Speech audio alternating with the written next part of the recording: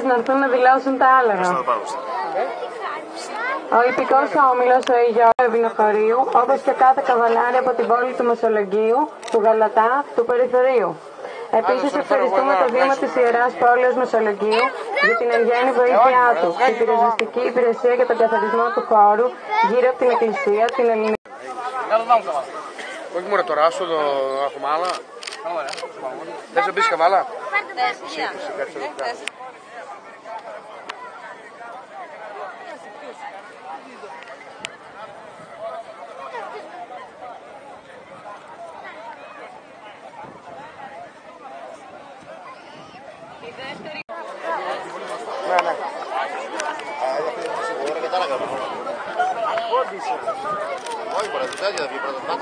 Όχι, θα σκαλείς.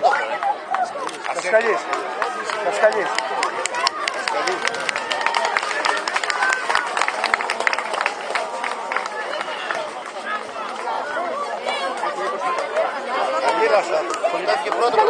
Δεν κάθεται αυτό, δεν κάθονται. Αυτό είναι πολύ γρήγορο.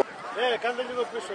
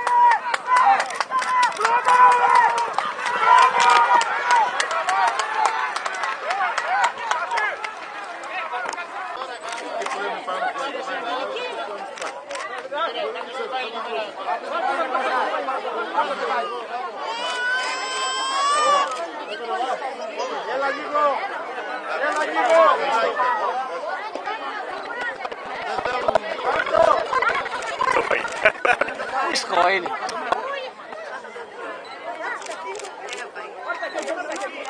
Bravo! Bravo, παρέα.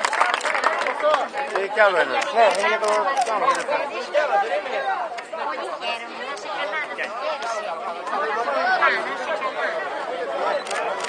Είναι σε αυτό που ξέρετε,